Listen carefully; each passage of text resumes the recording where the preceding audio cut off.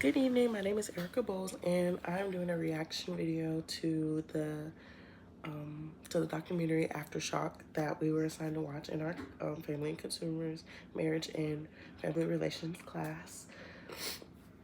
So I'm going to go through a list of questions that we were asked to answer, and then I'm going to tell you what I think, how it affected me, and what I think can be done to kind of mitigate these risks when it comes to having children and delivering babies as a Black woman.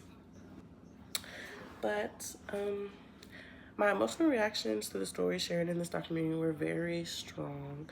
I was very heartbroken, but being somebody that considers themselves informed with this kind of stuff, it's still mind-boggling that we still have to do all of these things and fight so hard to have basic rights that we deserve. We should be cared for as much as anybody else, and it's kind of mind-boggling that in the United States, us not having midwives directly reflects how many people die during childbirth, at least how many Black women die during childbirth. And that it's not just a race thing, but it's also a money thing.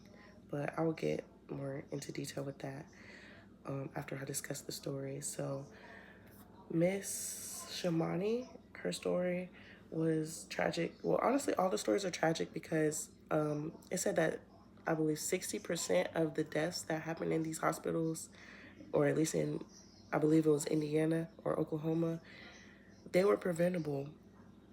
So people advocating for themselves, and then their husbands also advocating for them and family, they're calling the doctors and telling them what's wrong, telling them they don't feel well, telling them all the symptoms, and they're still not being taken seriously.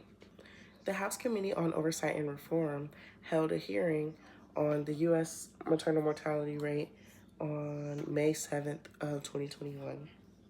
Here, Mr. Johnson represented all of the families that were talked about in this documentary while talking about his own family and others that weren't even in this documentary with very impactful statements, especially talking about how the children would never get to spend the first Mother's Day with their mother, or and the mother's not being there, not being present. It's heartbreaking to know that these men have to go and find these communities to get the support that they need because it's not offered anywhere else.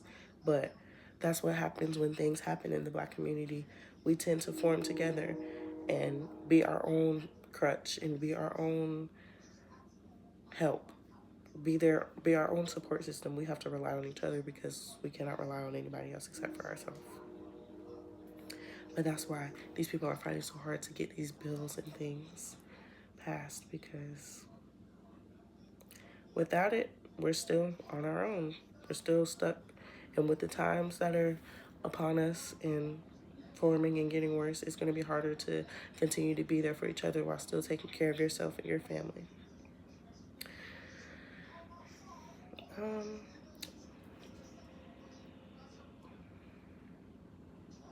When it comes to family wellness and taking care of children, having a family with a good relationship, and having both partners be there to help mitigate the stress and the the time needed to take care of children, this really hurts the family.